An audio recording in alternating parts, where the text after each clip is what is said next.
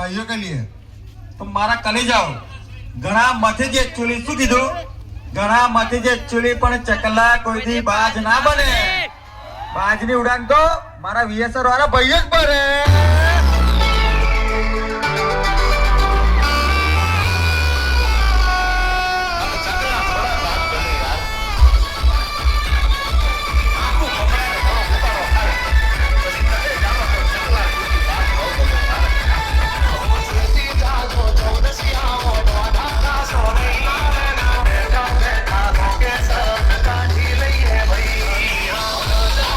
માટે